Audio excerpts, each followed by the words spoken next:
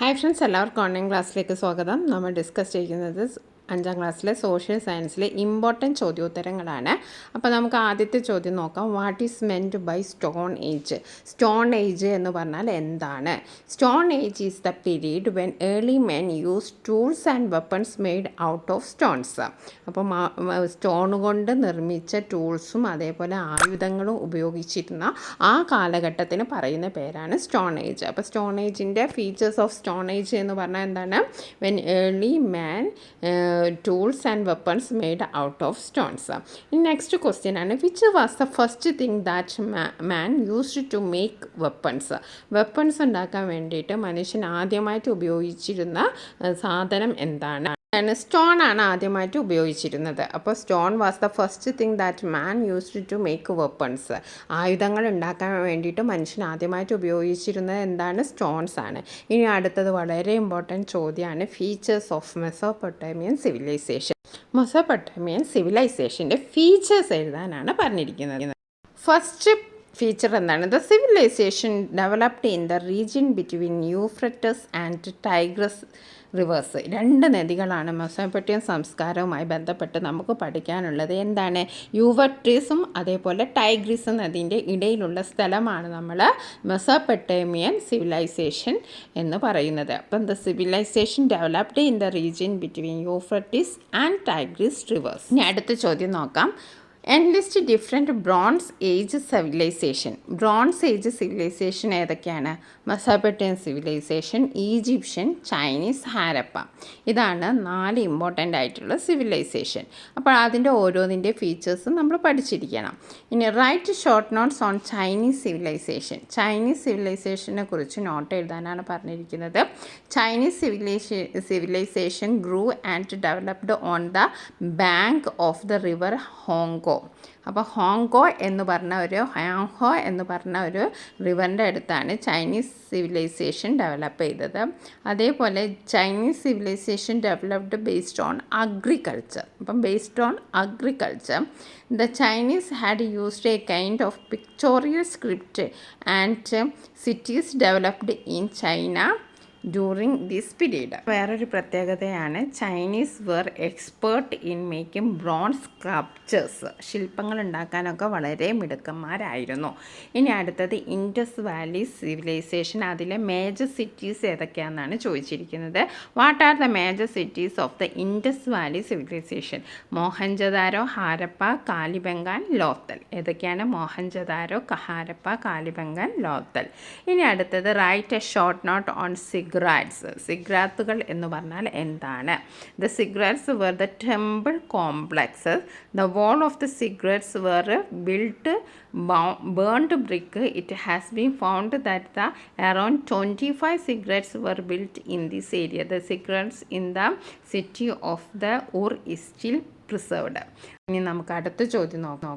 The script developed in Egypt. ഈജിപ്തിൽ develop ആയിട്ടുള്ള ആ എഴുത്ത് രീതിക്ക് എന്താ പറയുക? Hieroglyphic script. ഓക്കെ, ഇനി നമുക്ക് what are the different errors mentioned in the calendar? കലണ്ടറിൽ മെൻഷൻ ചെയ്ത ഡിഫറെൻറ്റ് എറേഴ്സ് ഏതൊക്കെയാണ്? ക്രിസ്ത്യൻ എറ, ഹിജ്റ എറ, ശക എറ, കൊല്ലവർഷം. ഇനി in which century do we live? നമ്മൾ ഏത് സെഞ്ച്വറിയിലാണ് ജീവിക്കുന്നത്?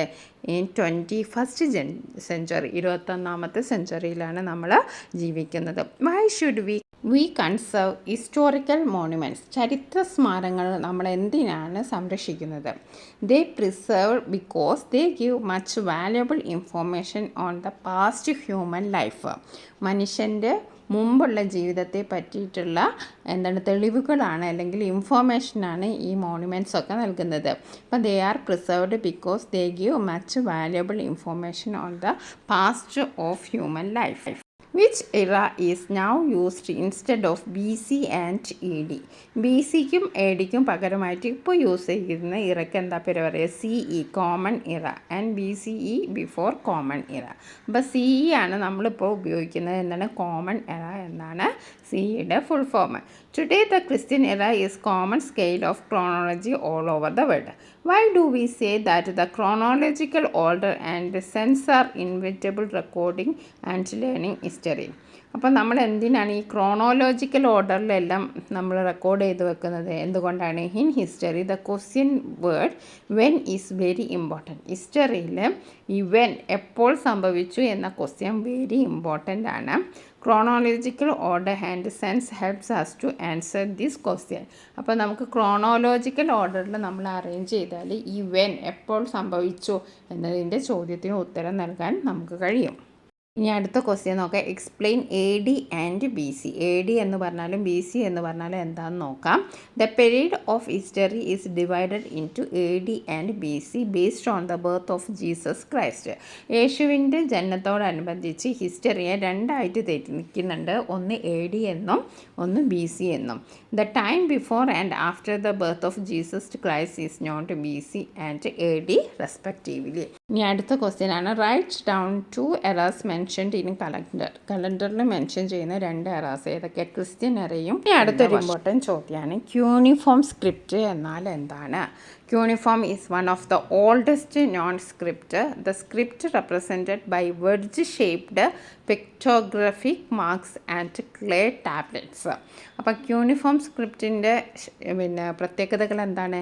ഇറ്റ് ഈസ് വെഡ്ജ് ഷേപ്പാണ്, പിക്ടോഗ്രാഫിക് മാർക്സ് ആണ്, ക്ലേ ടാബ്ലറ്റ് ആണ്. ഇത്രയും കാര്യങ്ങൾ ഓർമ്മിച്ച് വെക്കുക. സിഗരറ്റ്സ് നമ്മൾ പറഞ്ഞു ടെമ്പിൾ കോംപ്ലക്സ് ആണ്. The walls of the ziggurats were built of burned bricks കൊണ്ടാണ് ഉണ്ടാക്കിയിരിക്കുന്നത് അതിൻ്റെ വാൾസൊക്കെ. The ziggurat in the city of Ur is still preserved. Ur നഗരത്തിലെ സിഗരറ്റ് ഇപ്പോഴും അവിടെ സംരക്ഷിച്ചു പോന്നിരിക്കുകയാണ്.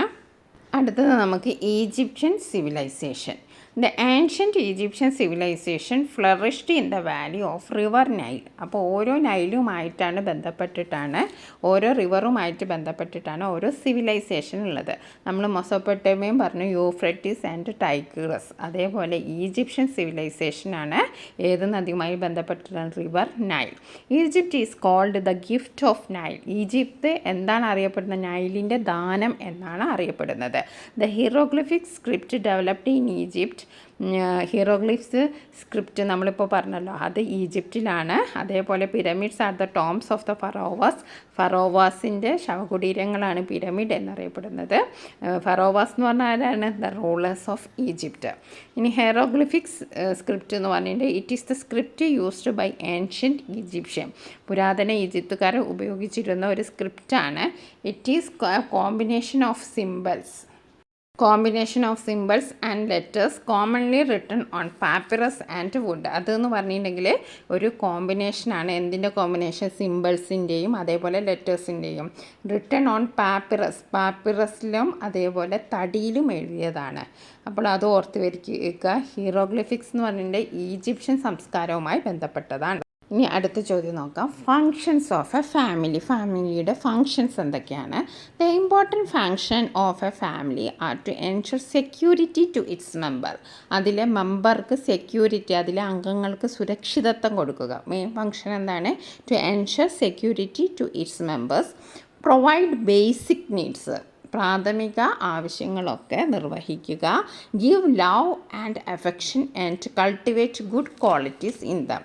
സ്നേഹവും പരിഗണനയും കൊടുക്കുക, നല്ല നല്ല ഗുണങ്ങൾ അവരിൽ വളർത്തിയെടുക്കുക. അപ്പോൾ ഫങ്ഷൻസ് ഓഫ് എ ഫാമിലി എന്തൊക്കെയാണ്? The important functions of a family are to ensure security to its members, provide basic needs, give love and affection and cultivate good qualities in them. അടുത്ത പോയിൻ്റായിട്ട് പറയാം, individuals behaviour changes as he grows older. ഒരു മനുഷ്യൻ്റെ സ്വഭാവം വലുതാവുന്നതിനനുസരിച്ച് വ്യത്യാസപ്പെട്ടിരിക്കുന്നു. We acquire the qualities such as discipline. നമ്മൾ discipline, അച്ചടക്കം, മാനേഴ്സ്, മര്യാദകൾ, share and care, honesty etcetera from our family. അപ്പോൾ ഈ ഒരു ക്വാളിറ്റീസൊക്കെ നമ്മൾ അക്വയർ ചെയ്യുന്ന എവിടെ നിന്നാണ്? നമ്മുടെ ഫാമിലീസ് നിന്നാണ്. V acquire the qualities such as discipline, manners, share and care, honesty etc. from our family. ഇനി നമുക്ക് functions of family നോക്കാം. നേരത്തെ പറഞ്ഞ കാര്യങ്ങൾ തന്നെയാണ്. Basic needs, provide basic needs, feeling of security, behaviour pattern, love and affection. ഇനി അടുത്ത question നോക്കാം. ന്യൂക്ലിയർ ഫാമിലിയും ജോയിൻറ്റ് ഫാമിലിയും തമ്മിലുള്ള ഡിഫറൻസിനെ കുറിച്ചാണ്. ന്യൂക്ലിയർ ഫാമിലി എന്ന് പറഞ്ഞാൽ എന്താണ്? Nuclear family is the family which includes the parents childrens only. പാരൻസും ചിൽഡ്രൻസും മാത്രമുള്ള ഒരു ഫാമിലിനെയാണ് നമ്മൾ എന്ത് പറയുന്നത്? ന്യൂക്ലിയർ ഫാമിലി എന്ന് പറയുന്നത്. അതേസമയം ജോയിൻറ്റ് ഫാമിലി എന്ന് പറഞ്ഞാൽ എന്താണ്? It is A type of family which includes members of 3 or 4 generation living together under A roof. അപ്പോൾ ഒരു ജനറേഷൻ മാത്രമല്ല, 2 or 3 തലമുറകൾ ഒന്നിച്ച് ഒരു വീടിൻ്റെ ഒരു മേൽക്കൂരയുടെ കീഴിൽ, അതായത് ഒരു വീടിൻ്റെ ഉള്ളിൽ ഒരുപാട് തലമുറകൾ കഴിയുന്നതിനെയാണ് നമ്മൾ ജോയിൻറ്റ് ഫാമിലി എന്ന് പറയുന്നത്. ഓക്കെ, ഇനി നമുക്ക് അടുത്ത വീഡിയോയുമായി വീണ്ടും കാണാം. താങ്ക്